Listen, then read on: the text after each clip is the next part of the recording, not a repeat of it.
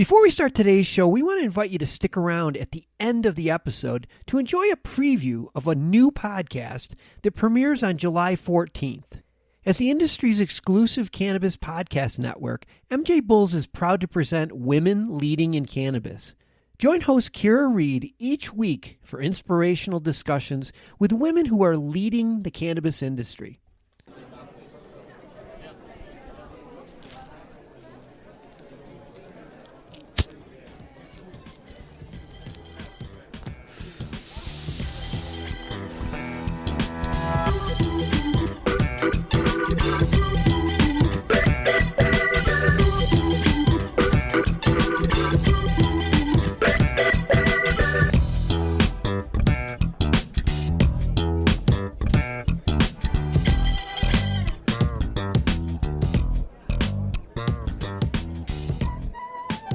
Hello, everybody, and welcome to the Deadhead Cannabis Show. This is Jim Marty reporting in from sunny Southern California. I have my partner up in nice and cold Chicago area, Larry Mishkin. How you doing, Larry? Well, Jim, I was doing just fine until you reminded me how much colder it is here than where you're at right now. Well, it's been chilly here in LA, 50s. People are walking around in their booties and little ski jackets. And it's not, for me, being from Colorado, this feels just fine to me. But I'd say right now it's about 60. Yeah, they don't know what cold is out there. Right. But I'm very excited. I'm on my way to the forum. I'm in my Lyft ride right now, getting out of the car here in a few minutes at the LA Forum, which I've never seen a show at. So I'm really looking forward to tonight's Dead & Company show. Yeah, it's a great place. The fabulous Forum, the Lakers played there forever. The Los Angeles Kings used to play there. They had many a solid Grateful Dead show there over the years. It was always a very popular place. And I love how they kind of go back and revisit some of these, going back to these old venues again and, going back to this one. And it just brings back, all the happy memories of people who saw the Dead out there, who knows how many times, or, whatever great event they saw in the fabulous Forum. And it's a perfect place to go see Dead & Company. Yes. Excellent. Looking forward to it. I'll be broadcasting part of the show in the next few minutes from Shakedown Street. So look at that. But the cannabis news this week is that the cultivation licenses were announced in Missouri, and there was over 500 applicants for 60 licenses that were awarded. I'm happy to say one of our clients did get some of the licenses, so we'll have some work in 2020 in Missouri. Congratulations. Very exciting. Yes, they've been doing the announcing of all of that. The list came out. I know everybody's been running over and checking it twice. And on this end, one of the things that I found a little bit surprising was that it looked like a lot of the big multi-state operators got shut out. A couple of them from Chicago that have typically done well in other locations did not get licenses down there. And I'm not sure if that was a conscious effort by Missouri to keep some of the big boys out, or whether we had other people who just came up with better applications. But either way, and not trying to diss the big guys by any means, but I think it's kind of nice to have a program like that where it's more individuals and it's more people who are really trying to go out there and create something. And we'll see. Maybe a year from now, we'll all be wishing that they had some of the big boys there. But I think for right now, for Missouri to get started, that's a great way. And of course, this is just cultivation, right? The processing and the dispensary licenses get announced in January, one more towards the beginning, and I think dispensaries are more towards the end. So obviously there's still a lot more opportunities for people out there who have applied in Missouri to be able to get their licenses. I have family and friends in Missouri, and I can tell you, if you'll pardon the pun, that it's quite the buzz down there right now. Everybody's very, very excited about it. And, people are all waiting to see what it's going to be, how it's going to work. This is Missouri, for God's sakes. These people are like, oh, marijuana, okay. But it is exciting, and that's great news about your client. Yes, and I'm fine with the large out-of-state operators not coming in. There's a lot of smoke and mirrors there. We've seen the disaster on the Canadian Stock Exchange this past 6 months. So, big doesn't always mean better, and for Missouri to start its program organically, I think also agree with you, Larry, that's a good thing. Absolutely. And, of course, while all that's going down, we here in Chicago are busy enjoying our holidays by sitting at our desks and cranking out, applications, the state of Illinois did us no favor by making the deadline January 2nd, because as we all know, people will expand out to whatever amount of time they have. So I got to work Christmas Eve. I got to work Christmas Day. New Year's Eve and New Year's Day are on tap as we process all of these applications and get them on file. And the only thing I can complain about any of it is that it may cause me to miss the Michigan Wolverines bowl game on New Year's Day, which is kind of a religious obligation for me, even though they're going to get killed by Alabama. But we're very excited about it, and I love having all of this work. Everybody's saying to me, "God, you're so busy," and I get to quote my father every now and then and say it's better than the alternative, and the timing may not be perfect, but that's okay, because it's still great billable hours for me. It's great opportunity for the clients, and there's just a whole host of parties that some of the dispensaries and some of the organizations are all planning here for New Year's Day, New Year's Eve, and New Year's Day. And it's kind of fun. You can get to go through all the listings and pick out the one that looks like it might be the funnest or the best, and it's going to be a new world here. Well, don't feel lonely. I also worked a little bit every day here, even on Christmas Day, because we have a lot of time-sensitive work on our desk, too. So, yeah, it's a very exciting time in the cannabis industry. There's so much going on. Are they still predicting some big shortages of flour when Illinois opens up on New Year's Day? I've got to tell you, Jim, I'm chuckling because, sometimes Illinois just can't help from being Illinois. There's a regular medical dispensary that I go to, and for the last 2 months, they've had horrible, horrible shortages. Very, very limited selections of flour and concentrates and things like that. And although nobody will really tell you, that the general answer you get is that, the pipeline is being squeezed a little bit because everybody's trying to conserve and make sure they have enough for adult use. Where the rub comes in Illinois is that Illinois is one of the few states with a statute that actually says that the cultivators have to keep a reasonable amount of supply available for the medical dispensaries. And so, of course, the idea is, well, what's going to happen there? Well, one of the state legislators got on and said, well, we know there's going to be shortages, but that's happened in every state. To me, that's a little bit of a cop-out answer, right? I mean, either you have a commitment to your medical patients or you don't. If we're going to really believe that this is medicine and not just a wink to get to adult use, then like any medicine, you need to make it available for those people who need it. So it's going to be very, very interesting to see, what happens to supply here over the next month or two, and what the pushback might potentially be, depending on how all that goes down. Yes. Well, I went to a dispensary here in Los Angeles today, and there was no shortage. They had, probably, 3 or 4 dozen strains and plenty of extracts and vape pens and gummies and edibles of all kinds. So big selection in a very tiny little store. But the prices were quite a bit higher than Colorado. No, really almost twice. 1 gram joints were $13, $14. Well, you can usually get one of those under 10 in Colorado. Yes. And the girl didn't quite understand my question. I always tell them I'm in the cannabis industry and leave off a business card. And I said, so are those prices pre-tax? And she said, no, they're post-tax. And I said, oh, you mean the tax is included? She goes, no, the tax is extra. And I said, well, in my world, that's pre-tax $13.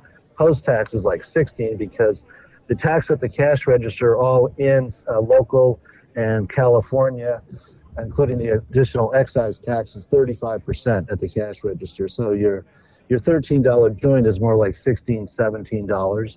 However, since it was our first visit, we got 15% off. Nice. And, so anyway, very nice, plenty of selection, excellent quality. Ace were going for about, they had some Ace for 50, they had some Ace for 30, but mostly Ace for 50. Some very fine, a lot of it was outdoor California bud. It was really pretty. That's beautiful stuff. I have another story about Los Angeles, too. Yeah. I had a meeting at Starbucks today with one of my LA clients, and he just got awarded some licenses. He was awarded a cultivation, production, and a delivery license. Wow. And delivery is a pretty good deal in California, because then you can just buy and sell. He said, he'll go out to farms, buy 100 pounds and then place them at dispensaries in Southern California. Mm-hmm. But what was interesting is I know they have a social justice program in Illinois. They have one here in Los Angeles, too. And he feels like he was lucky to get his licenses. He feels like his prior felony conviction got him across the finish line. Isn't that funny? Jim, I got to tell you, that's what everybody is laughing about here, right? Because in Illinois, the two ways to qualify for social equity are either, one, you live in a neighborhood that was disproportionately affected by the war on drugs, or two, you yourself were a victim of the war on drugs. And that the way that is defined is if you were not even convicted, if you were arrested for any one of the cannabis crimes that are now available for expungement. So that means any misdemeanor and up to a class 4 felony, as long as there's no violence involved. So people are coming back and saying, I spent my whole life trying to get this stupid conviction off my record, and now it's going to be my golden ticket. Ain't life strange, huh? It is. It goes from being a scarlet letter to a badge of honor, just like that. And it's very, very interesting to see, and watch how everybody kind of scrambles around to try to fill in those gaps and everything like that. But what you said before about the 35% excise tax is really fascinating to me, because California has had a lot of problems with their adult use. Their black market is thriving, and everything I've read suggests it's because they slap such a huge excise tax on top of it that they basically price the legal market right out of the market. Yeah, that's interesting. You should say that. I had a conversation with a gentleman in San Francisco a month or so ago when I was up there, and I was telling him that our company, Bridge West, has kind of shied away from clients in the California market because it is so much still black market. And he said, yeah. He goes, but figure this. We're $9-10 billion total market, and right now it's $3 billion is legal and $6 billion is black market. He goes, over the next 5 years, that's going to reverse. And in 5 years, it'll be $6 or $7 billion legal market, and we'll beat the black market down to $3 billion. So that's a $9 billion shift in the market that I think my company would be very excited to be part of. For sure. Oh, yeah. Listen, that'll be wonderful for all of us, right? It's if they can make that shift over and really put it into a situation where the legal market is really thriving. And I don't have anything against the black market. It took care of all of us for years. But at some point, if we're going to do this the right way, everybody needs to be incentivized to shop at the dispensaries and, to buy it that way. And this actually, Jim, leads into another really good point that you and I have been following all along, and that's the vaping crisis, right? Because what you and I have been saying all along is this is probably a bad batch. There's, it's not formal. It didn't come through the dispensaries. It was all black market, and now they've pretty much come out and confirmed that it was the vitamin E acetate that was used to liquefy the THC oil and to keep it from clogging up. That they think they're pinpointing that as the cause of all of these vaping-related illnesses. What did we learn from that? Number one, it wasn't the THC like everybody wanted to say at first. And that number two, if you buy legally through products that have been tested and, inspected and all of that, you're much better off than if you go out to the black market and buy. And hopefully that kind of situation will be another reason to channel people to go into the regular market than to continue to use their black market connections. Right. Well, I might be hearing a little background noise because I'm out of the car now and headed for the Shakedown Street outside the Forum. I'm looking right at the new football stadium that's being built. Oh, nice. That's supposed to be beautiful out there, that new football stadium. Yes, I'll send in a picture. Please. So how's the crowd out there? You get a lot of people?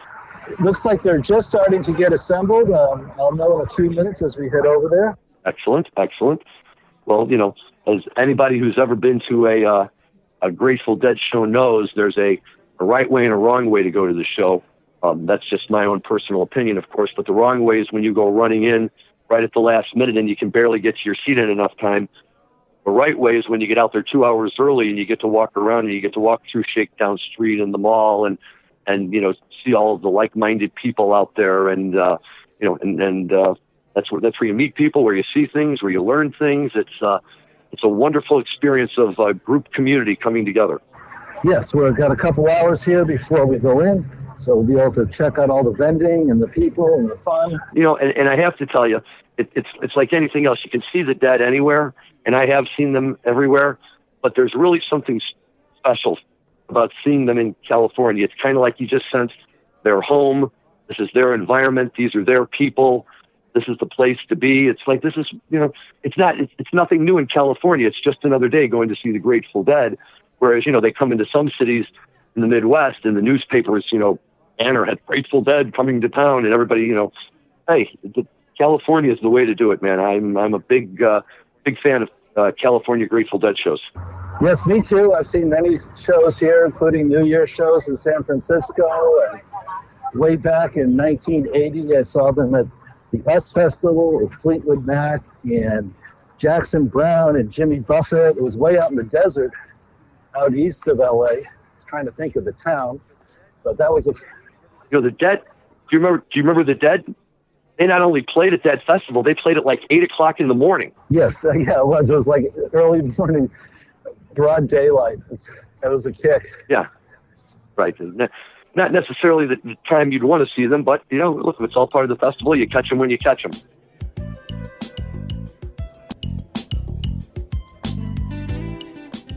Speaking of New Year's shows, the other thing you and I have been talking about is that our other favorite jam band, Phish, is getting ready on Saturday night to launch into their traditional 4-night New Year's run at Madison Square Garden in New York, based on their last tour, which more or less was a recreation of the Island tour from the late 1990s, going to Providence and Long Island, Nassau. I heard great things about the shows. Trey is killing it. They played 8 nights, I think, and didn't repeat a song once. That's the kind of thing you like when you go to see a jam band, right? You're going to see variety. You're going to see everything. And listen, believe me, if I wasn't up to my eyeballs in applications, I think I'd either be in California seeing the Dead or in New York seeing Phish. Yeah, a lot of good shows coming up. That reminds me, I just checked with my sons who are big Phish fans, and I guess there's a controversy between Billy Joel and Phish on who's had the most shows at Madison Square Garden. And my sons tell me Billy Joel still has the lead on that. Yes, and don't forget when they did the Baker's Dozen shows a couple of years ago, that story came out that Phish was going to be challenging Billy Joel's record. Apparently he plays a bunch of shows there every year himself. But Billy Joel's quote at the time in response to that was, Phish, they're just a cover band. And so in response to that, Phish went out and played 13 shows at Madison Square Garden and never repeated a song. And then, like we said, they just did it on this last tour, which just goes to show, I think, that, not only are they maturing as a band, but as they, consistently come out with more and more material, it just expands their repertoire that much more and gives them the flexibility to be able to play all those shows and not have to double dip. I listened to the Met show in Philadelphia that was only 4,000 or 5,000 people, the smallest shows Phish has done in a long time. And they really are playing really well. Yep. They're playing great. My son is going to be out in New York with his crew and his fiance. They're all excited to get out there and to see this. And you know what? I'm very, very happy for him, because I have to tell you, Jim, I'm sure you were probably the same way. In the early to mid 1980s, New Year's would roll around, and where else would you want to be except at a Grateful Dead show? It was never a very difficult decision for me. The New Year's Eve tends to typically be, overrated, and we all wind up somewhere drinking champagne and, doing whatever. But to be, at a Dead show all night, and then as you roll into the new year, they're cranking into a good Sugar Magnolia or whatever they're playing that night. That's pretty much it in my mind. That's where you want to be. Yeah, but Shakedown Street looks great. I'll send some pictures in. It's a good, long, and big Shakedown Street. Lots of vending going on, hemp hats and clothing and all kinds of Grateful Dead paraphernalia. Check out those hemp hats, because a few years ago, the Dead were selling Terrapin Station hemp hats, and when they showed up, the tag on the inside of the hat said, 100% pure hemp, do not smoke this hat. And to me, that was as funny as you get. I'll look forward to doing this again tomorrow, doing a bit of a review of the show.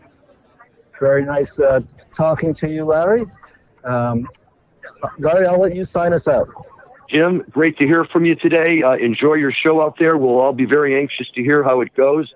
And to all of our listeners, nice talking to all of you. And we'll look forward to speaking again to you soon. Thanks, and have a good day.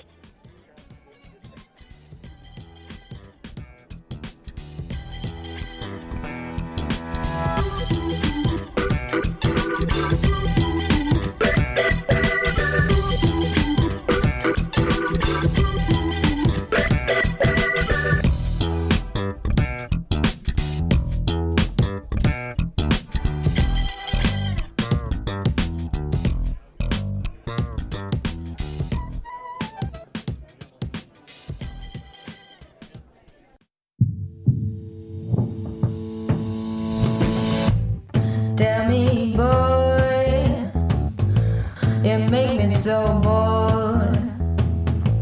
You need to walk the other way. I tell you once more, please get out of my way. I don't want you no more. We're done here, boy. I know you think you're so fine, but you can't see it. I've been wanting to